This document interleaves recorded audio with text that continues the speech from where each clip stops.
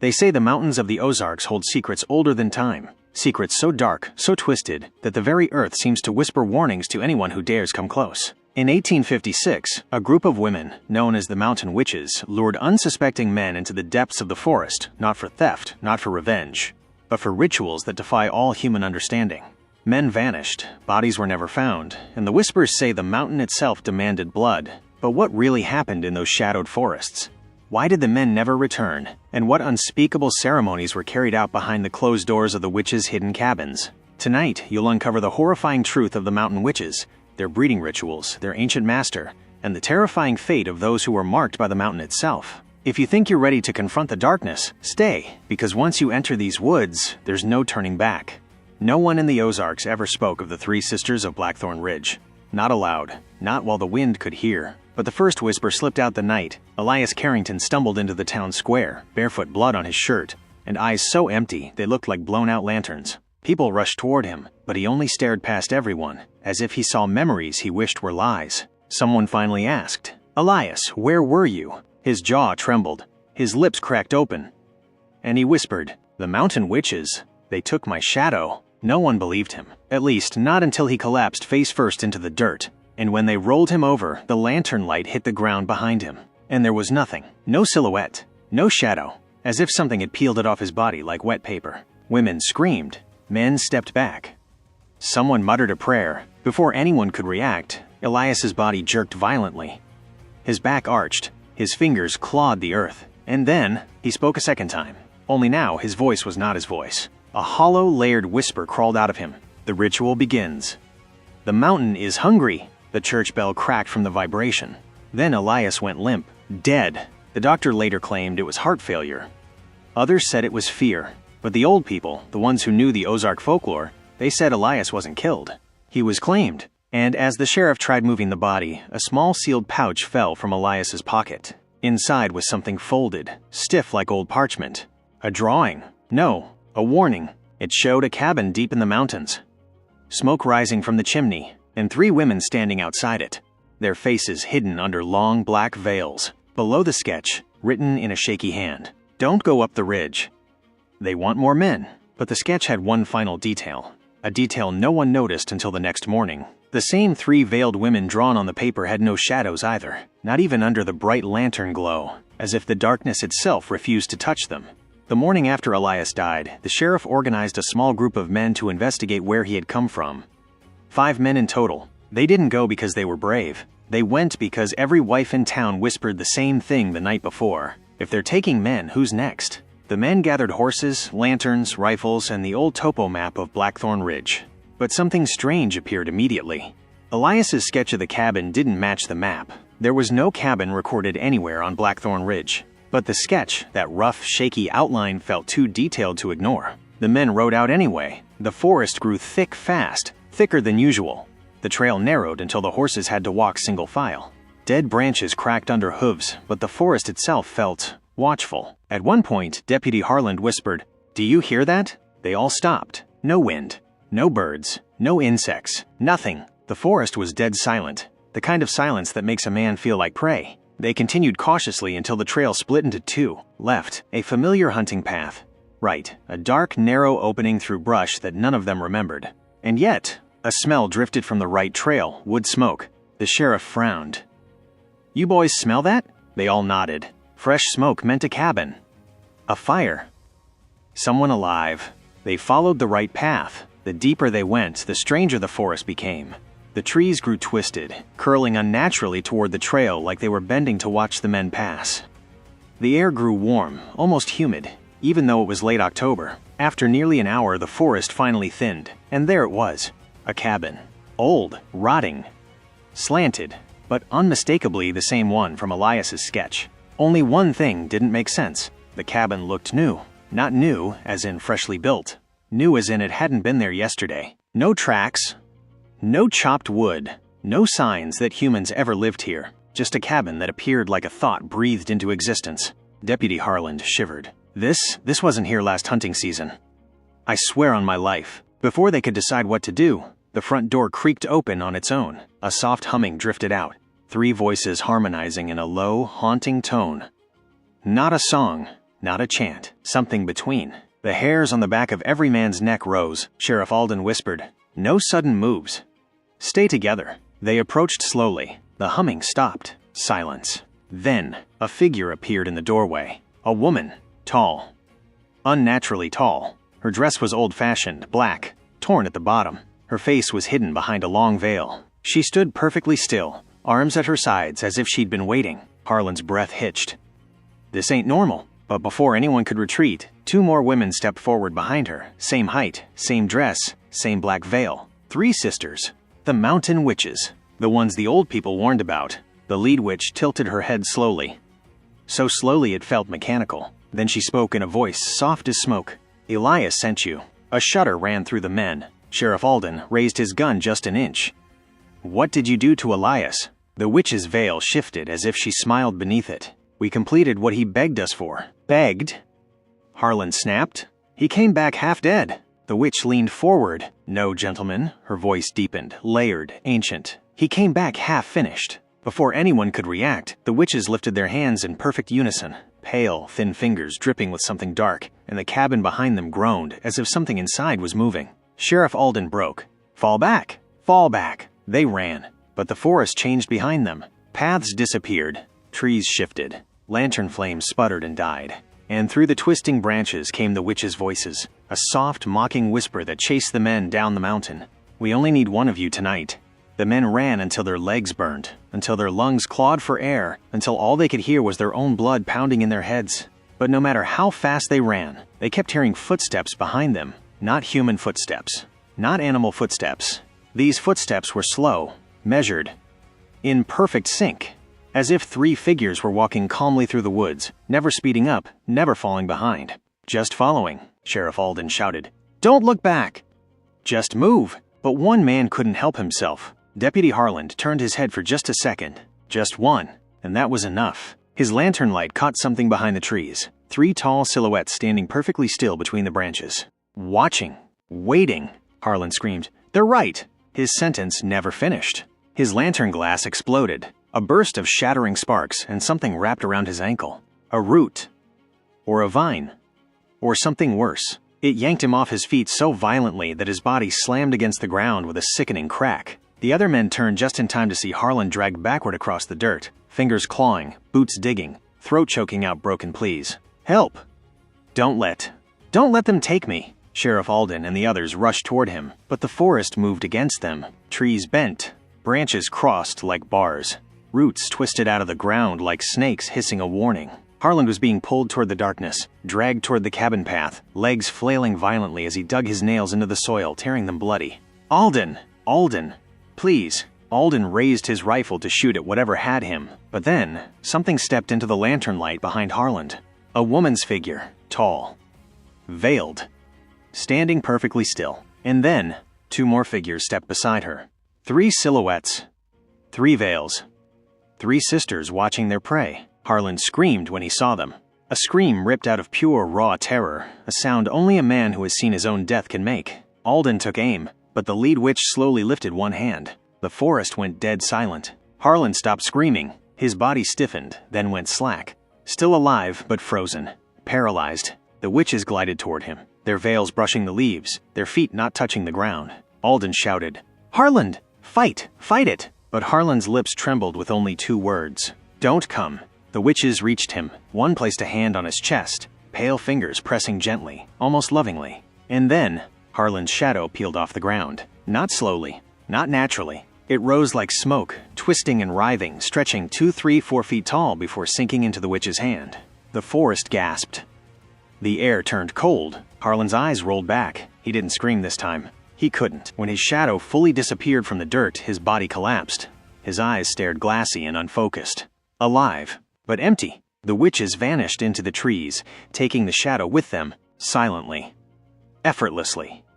Like they were never there. Alden knelt beside Harlan, shaking him, shouting his name, but the man only muttered one phrase over and over. "The ritual isn't done." Alden grabbed the others. "We're leaving him. We can't carry him. Move!" They ran until the trees thinned, until the path reappeared, until the world felt normal enough to breathe again. But when they reached town, something horrifying happened. Harlan walked into town behind them. Alone. quiet, expressionless, and he cast no shadow. The men looked at him in terror until he spoke in a soft, hollow voice. "It's your turn tomorrow." Harlan stood in the center of town like a puppet whose strings were being held by something unseen. His clothes were torn. His boots were muddy. His hands shook as if his blood no longer belonged to him. But it was his eyes, empty, glass-like, unblinking, that made every woman in the street pull their children behind them. Sheriff Alden approached carefully. "Harlan, son, what did they do to you?" Harlan's head tilted unnaturally to the side, as if listening to a whisper only he could hear. Then his lips parted. "They chose."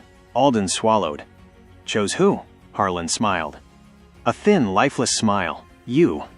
"And they never choose wrong." A cold wind blew through the square. Lanterns flickered. Dogs backed away, whining. Alden stepped back, gripping the butt of his rifle. "What do they want from me?" Harlan answered without emotion. "The same thing they wanted from Elias. The same thing they want from every man." A silence followed. Heavy, suffocating, unbearable. Then Harlan leaned forward until his face was inches from Alden's, whispering words that made the sheriff freeze. "When mountain witches want a man, they never send for him twice." Alden backed away fast. Harlan didn't follow. He just turned and walked toward the outskirts of town, as if pulled by a string tied to his spine. Not a single person tried to stop him. That night, the town went into panic. Doors were bolted. Windows nailed shut. Bible pages were tucked under pillows. And dozens of wives stood awake with lanterns in their hands, watching their husbands, afraid they might vanish before dawn. Because the witches didn't steal men from their beds. Men left willingly, lured by whispers in the dark, by dreams that weren't theirs, by shadows that didn't belong to them. And the women of the town knew this night the witches were hunting. Outside, wolves howled. But the howls sounded wrong. Too long. Too human. At the tavern, Alden met with the remaining two men who went with him earlier, Jonas and Mercer. Both pale. Both trembling. Jonas whispered, "Alden, something followed us back." Alden nodded. "I know," but Jonas shook his head harder. "No. You don't understand. It followed inside us." Before Alden could ask what he meant, Mercer lifted his shirt sleeve. Black marks. Long, thin, root-like veins crawling up his arm, spreading inch by inch. Alden gripped the table. "Mercer, when did this start?" Mercer's voice cracked. "When we were running down the mountain, something touched my hand. Something cold." Alden stepped back instinctively. Jonas pulled up his pant leg. "Same marks. Dark. Branching. Climbing," Jonas whispered, choking on fear. "They marked us. Like animals." Alden's heart hammered. If the witches had marked both men, why didn't they mark him? Or worse, what were they saving him for? He didn't get time to think. A loud crack echoed from the street. People gasped. A lantern shattered. A figure was walking slowly into town. Tall, veiled, moving like shadows clinging to her feet. A witch. One of the three. Alden's blood froze. She wasn't attacking. She wasn't hiding. She was looking for someone. Her head turned, eyes hidden behind the veil. But somehow her gaze pierced straight through the sheriff. She pointed one long, skeletal finger at him. Alden stumbled back. "No, no, not now." The witch whispered, voice drifting through the entire town. "Tonight, you belong to the mountain." The lanterns blew out. The witch vanished. Alden ran. He didn't run like a sheriff. He ran like a hunted man. And as he fled through the dark alleys, he heard Harlan's hollow voice echo behind him. "You can run, Alden, but the mountain already chose you." Sheriff Alden didn't sleep that night. He sat at his kitchen table with a lantern burning low, shotgun across his lap, listening for anything that sounded like footsteps, whispers, or something worse. Because sleep was dangerous now. That was how Elias died. That was how Harlan was taken. And Alden knew damn well the witches whispered through dreams long before they touched a man's body. But exhaustion was a hunter too. At some point past midnight, Alden's eyes grew heavy. His head dipped. He fought it. But dreams don't need permission. Darkness swallowed him whole. Alden's dream. He stood on Blackthorn Ridge again, except the forest wasn't alive or dead. It was listening. The trees curved inward like ribs forming a cage. The ground pulsed faintly under his feet. The air smelled like smoke and cold earth. And ahead, the cabin. The same cabin that appeared out of nowhere days ago. Except this time, it was lit from within. Warm, golden light spilled from cracks in the boards. Shadows moved behind the windows. Tall, slow shapes that swayed like they were dancing. Alden whispered, "This isn't real. This isn't real." But the forest answered with a voice older than words. "Everything real begins here." He tried to turn around. He couldn't. His legs moved on their own. Step. Step. step, until he stood at the front door. The door opened before he touched it. A wave of heat washed over him, like stepping into the breath of something alive. Inside, the room was filled with smoke, candles, and long straps of dried herbs hanging from the rafters. And at the far end, 3 figures stood in a circle, tall, veiled, swaying like tall grass in the wind. The witches, they didn't look at him, not yet. They were humming, the same low harmony they used when they dragged Harland away. Alden shouted, "Why me?" The humming stopped. All 3 heads turned toward him at the same time. The lead witch raised her hand and the dream went silent, as if even sound was afraid of her. Then she spoke softly, "Because you ran." Alden shook his head. "You marked Harland. You killed Elias. Take me and be done with it." The witch stepped closer. "We don't take men. Men come to us," Alden barked. "That's a lie." The witch slowly removed her veil. Alden's breath locked in his chest. Her face wasn't monstrous. Wasn't twisted. Wasn't even old. She looked human, beautiful even, but her eyes, empty black pits, pulled at something inside him, like a tide trying to drag him under. She whispered, "We don't steal men. We awaken something inside them. Something they were born with." A cold dread spread through Alden's ribs. "What do you mean born with?" The witch leaned close, her voice a trembling whisper. "Once a generation, a man is born who belongs to the mountain." Alden stumbled back. No, not me." The witch tilted her head. "Elias felt it. Harlan tried to resist it. But you," she pressed her cold hand to his chest. Alden gasped. Something pulsed inside him. Not his heartbeat, something older, something that didn't want him to leave the mountain. The witch whispered, "Your shadow already knows its way home." Alden screamed and jerked backward, and woke up in his chair, drenched in sweat, heart slamming against his ribs. He looked around, gasping, lantern still burning. Shotgun on his lap, everything normal, except his shadow on the wall. It wasn't lined up with his body anymore. It was turned toward the door, as if it wanted to leave. The sound of dripping water echoed through the cave like a slow, broken heartbeat. Liam stepped forward cautiously, his lantern flickering as if afraid of what it might reveal. The air inside the cavern wasn't cold, it was dead. Heavy. Like breathing inside a tomb. Behind him, Clara and Deputy Hayes followed silently, their faces pale, their nerves stretched thin. The deeper they went, the more the ground seemed to pulse beneath their boots, like something alive was buried under the earth. Then Liam saw it. A stone altar, cracked, ancient, blackened by fire and time. Strange runes were carved all over it, circles within circles, spirals, symbols that looked like twisting limbs and eyes. But that wasn't the disturbing part. It was the bones. Hundreds of them. Some stacked like offerings along the walls, some scattered on the floor, some tied with braided hair and twine and hung from the ceiling like sick, dangling ornaments. Rib cages, spines, skulls, all arranged with purpose. Clara covered her mouth, fighting a scream. Hayes whispered, trembling, "Dear God, this ain't a ritual site. It's a breeding chamber." Liam's jaw tightened. He could smell iron, sweat, decay. Old blood dried into the stones. And he recognized something else. The same scent that lingered on the missing men's personal belongings. He walked closer. Then he saw the carvings more clearly. Drawings of men held down, surrounded by the witches' tall, twisted shapes. Their hair long and matted like vines.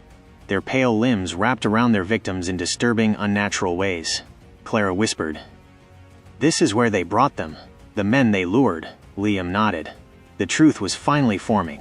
Dark, horrifying, and undeniable. The mountain witches didn't kill for pleasure. They bred. Used men like vessels. Like livestock. Hayes swallowed hard. But why the men never reappeared? Why the bodies always vanish? Liam pointed the lantern toward a narrow stone pit beside the altar.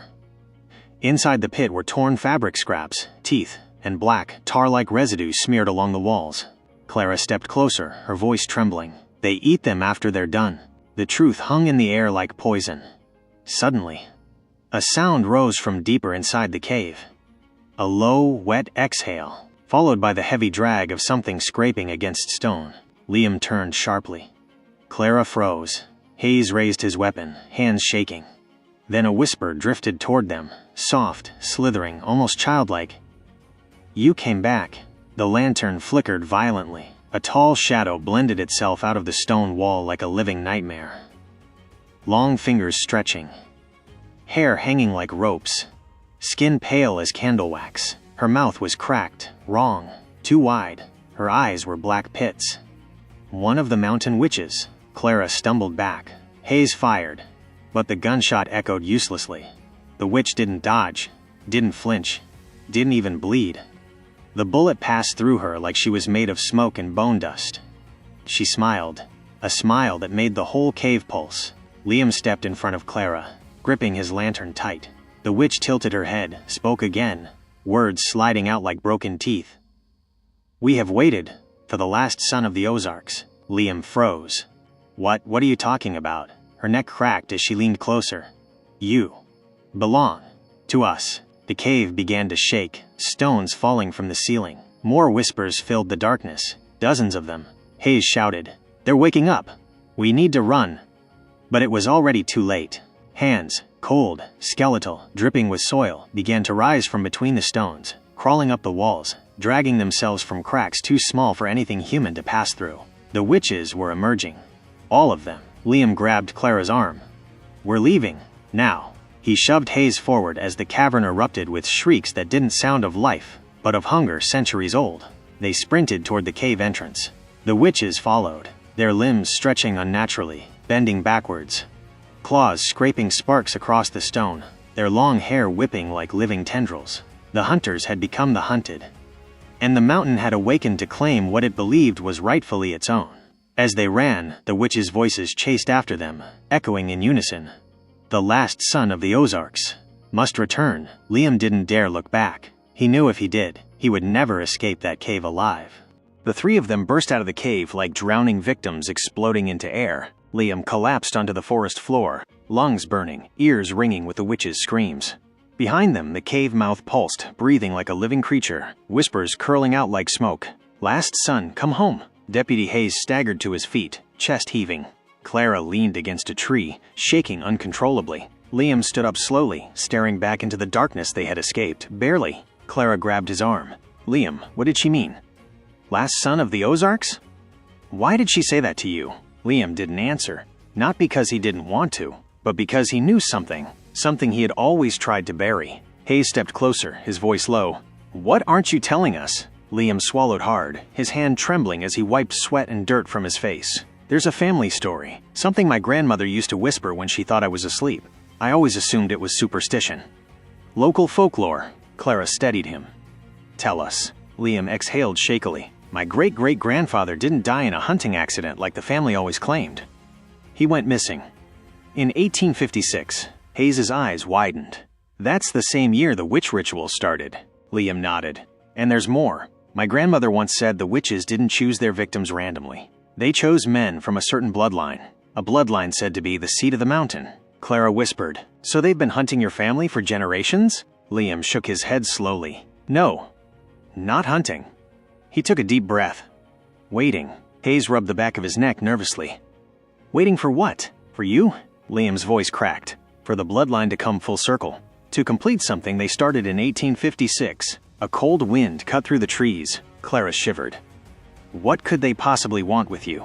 Liam stepped back, staring at his own hands as if they suddenly didn't belong to him. "My grandmother used to say our ancestors were favored by the mountain." "Chosen," Hayes scoffed. "Chosen by witches isn't something I'd brag about." "No," Liam's voice hardened. "Not chosen by the witches." A long silence. Clara frowned. "Then by what?" Liam looked up at the mountain, twisted, towering, ancient, its trees bending like they were bowing to something unseen. "There's an older legend," he continued, voice trembling. "Something that lived in these mountains long before the witches. Something they serve. Something they were made to satisfy." Hayes stepped back. "Like a god?" Liam shook his head. "Not a god. Something older." Clara's face went pale. "What does that have to do with your bloodline?" Liam hesitated, then spoke the words he never thought he would say out loud. "My ancestor was the last survivor of a pact made with that thing. A pact sealed with blood. The witches need a descendant of that bloodline to finish the ritual, to bring that ancient thing back." The forest fell silent. No wind, no birds, not even the sound of their own breathing. Just stillness. Then, a low moan echoed through the trees. Not human, not animal. Something crawling beneath the earth. Hayes raised his weapon again. "So they want to use you as a key?" Liam nodded. Clara grabbed his hand, squeezing it tightly. "We're not letting them take you. But the mountain whispered back immediately, mocking, echoing, hungry. "We already have." The ground trembled beneath their feet. Clara gasped. Hayes stumbled. Liam clenched his fists. The witches weren't chasing anymore. They were herding, driving them deeper, closer, toward the one place Liam feared above all, the ritual grounds his ancestor vanished into. He stared at Clara and Hayes, voice low and certain. "They won't stop now. They'll hunt us until I'm back inside that cave, or until all of us are dead." Clara shook her head. "No. We're gonna break this curse. We're gonna bury their entire damn ritual once and for all." But the mountain responded with a whisper so close it brushed Liam's ear. "Blood calls to blood." Liam froze. Clara saw his face tighten. "Liam? What's wrong?" He didn't answer, because something was moving behind the trees. Slowly, deliberately, and it was calling his name. "Liam." Hayes raised his gun. Clara grabbed Liam's arm, and the forest went black. The darkness didn't fall like night. It dropped, like a curtain yanked over the world. 1 second, Liam, Clara, and Hayes stood beneath the trees. The next, every shadow fused into a pitch-black void. Clara grabbed Liam's sleeve. "Why did it get dark so fast?" "It's not even evening yet." Hayes cut her off. "This ain't natural darkness." "Keep close." A sound slithered through the trees. Not footsteps, not breathing. Something older. Something layered, like dozens of voices whispering beneath the dirt, speaking in harmony. "He has returned." Clara's heartbeat hammered in her chest. Hayes shined his flashlight, then froze. The beam didn't cut through the darkness. It drowned in it. Like the darkness swallowed the light whole. Hayes cursed under his breath. "This is wrong. This is wrong on every level." A branch snapped behind them. Clara spun around. Nothing. Another snap. Then another. Liam's breath shook. "They're circling us." Hayes gripped his gun tighter. "They're hurting us again. Whoever's moving out there wants you alive." Clara whispered. "But why can't we see them?" Liam swallowed. "Because it's not the witches moving." The whispers grew louder, sliding through the roots, the rocks, the soil. Clara whispered. "Then what the hell is it?" Liam hesitated. "My grandmother," she said the witches were only servants. That something older lived in the mountain. The witches feed it. Serve it. Protect its rituals. Hayes snorted. "Protect it from what?" Liam's voice shook. "From dying." Clara stepped back. "Dying? You mean it's alive?" Liam turned to her slowly. "It's always been alive." Hayes muttered, "What the hell are we dealing with?" Before Liam could answer, a shape appeared in the darkness. No footsteps, no rustling.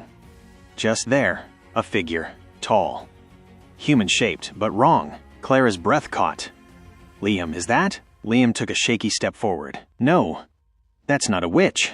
The figure's limbs were too long, too thin, too crooked, like bones stretched beyond their limits. Its skin looked like old tree bark, cracked, grooved, dark. Its face was hollow, a deep cavern where a skull should be, and from its mouthless opening, dozens of voices whispered in unison. "Blood of the pact." Hayes raised his gun. "Back up, now!" The creature tilted its head, bones cracking like dry branches. Clara clutched Liam's arm. "That thing, it smells like the cave." Hayes fired. Boom. The echo tore through the forest. But the creature didn't move, not an inch. The bullet disappeared into its chest like dropping a pebble into deep water. Absorbed. Liam's voice trembled.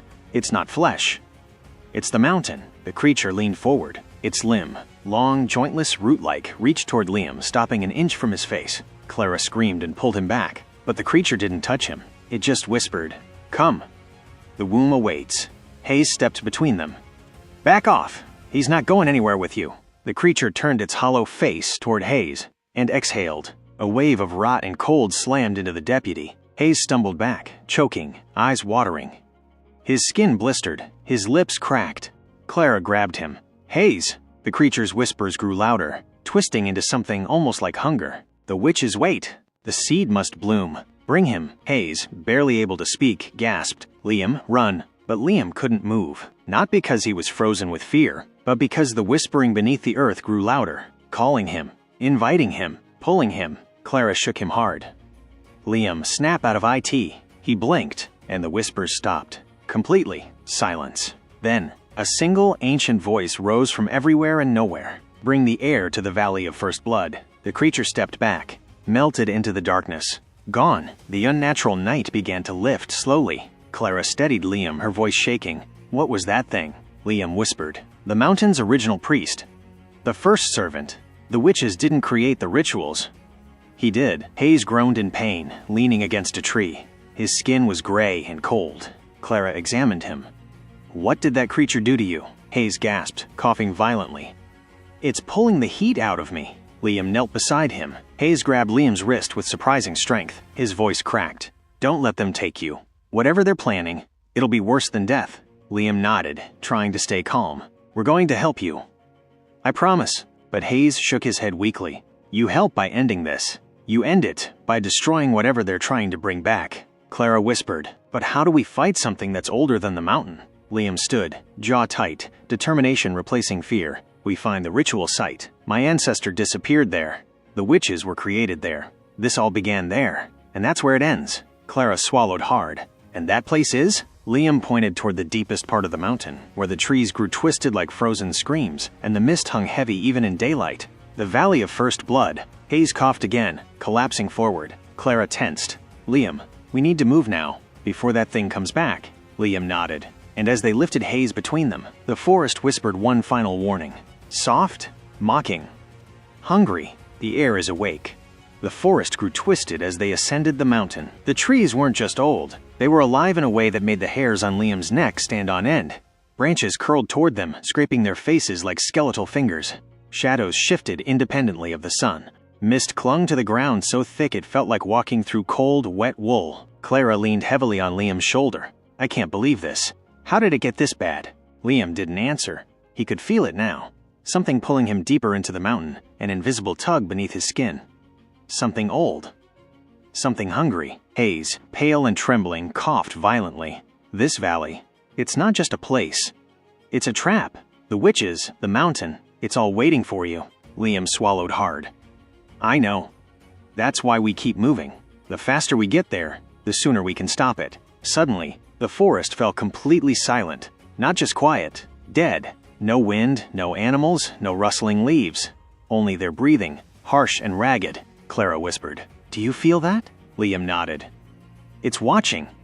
Everything is watching." A low growl echoed through the trees. It didn't come from any animal they knew. It was deep, ancient, like stone grinding against stone in the earth. Then movement. Shadows detached themselves from the trees. Tall, elongated figures, veiled and pale, gliding silently toward them. The witches. All three. Liam raised his hand. "We're not stopping." They ran. Branches tore at their clothes, roots grabbed their ankles, and the mist thickened, clinging to their skin like icy fingers. Behind them, the witches moved without breaking stride. Their veils swayed, their whispers flowing through the air. "The bloodline, the air, the seed must return." Liam's stomach twisted. "It's hurting us, pushing us toward the valley." Clara's eyes widened. "It's not just the witches anymore. Something else, something big. I can feel it." A deafening crack split the air. The ground shook violently. Stones tumbled down the mountainside, and the mist swirled into dark shapes. The Valley of First Blood opened before them, a gash in the mountain shrouded in mist, lined with jagged rocks and twisted blackened trees. At the center, a massive altar of stone waited. Bloodstains darkened its surface. Surrounding it were skeletons of men long dead, arranged in a grotesque ceremonial pattern. Hayes fell to his knees. No way, this is where they did it all those years." Liam's jaw tightened.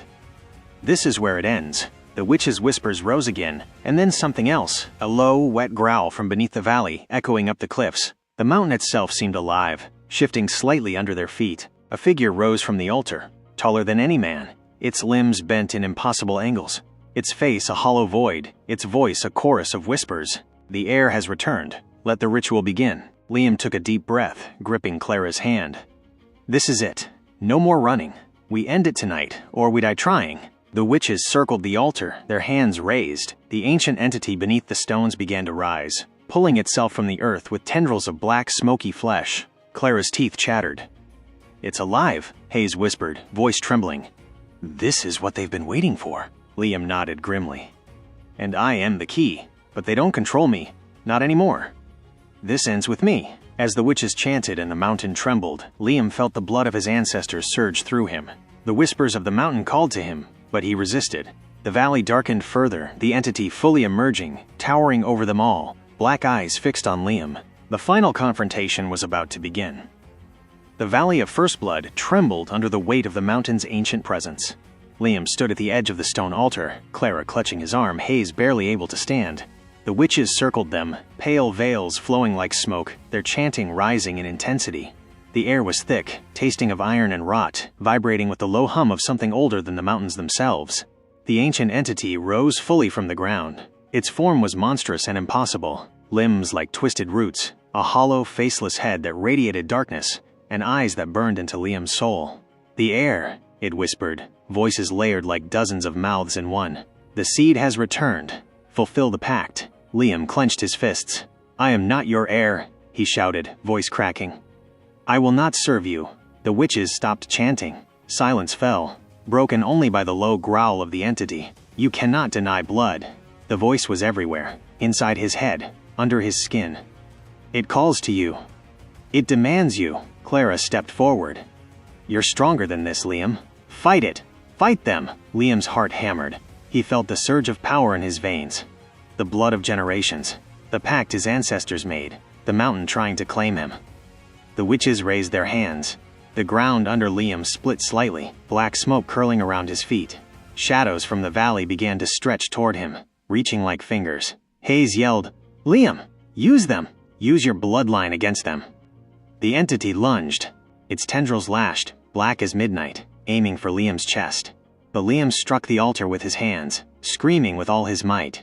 Blood from his palms erupted, bright, glowing crimson. The witches recoiled, and the entity hissed.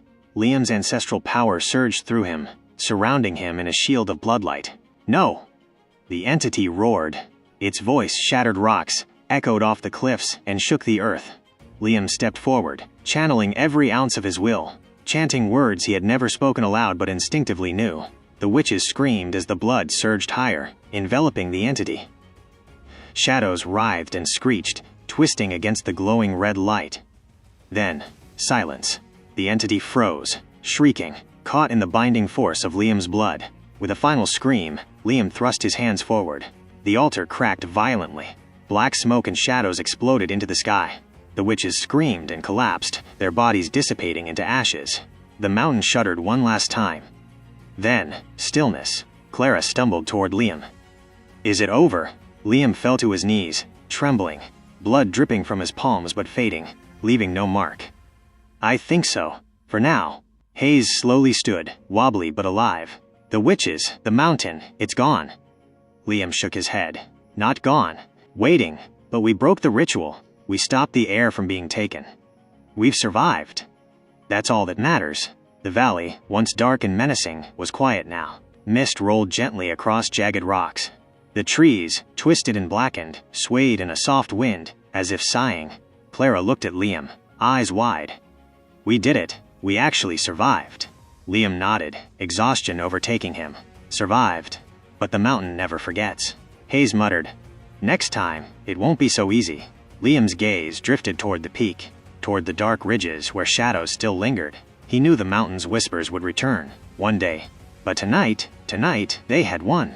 The valley was quiet. The mountain slept, and the horror, for now, was at rest. The story ends here. Liam survives. The witches and their ancient master are defeated, but the mountain remains a lurking, terrifying presence. The mountain witches are gone for now, but the Ozarks still remember.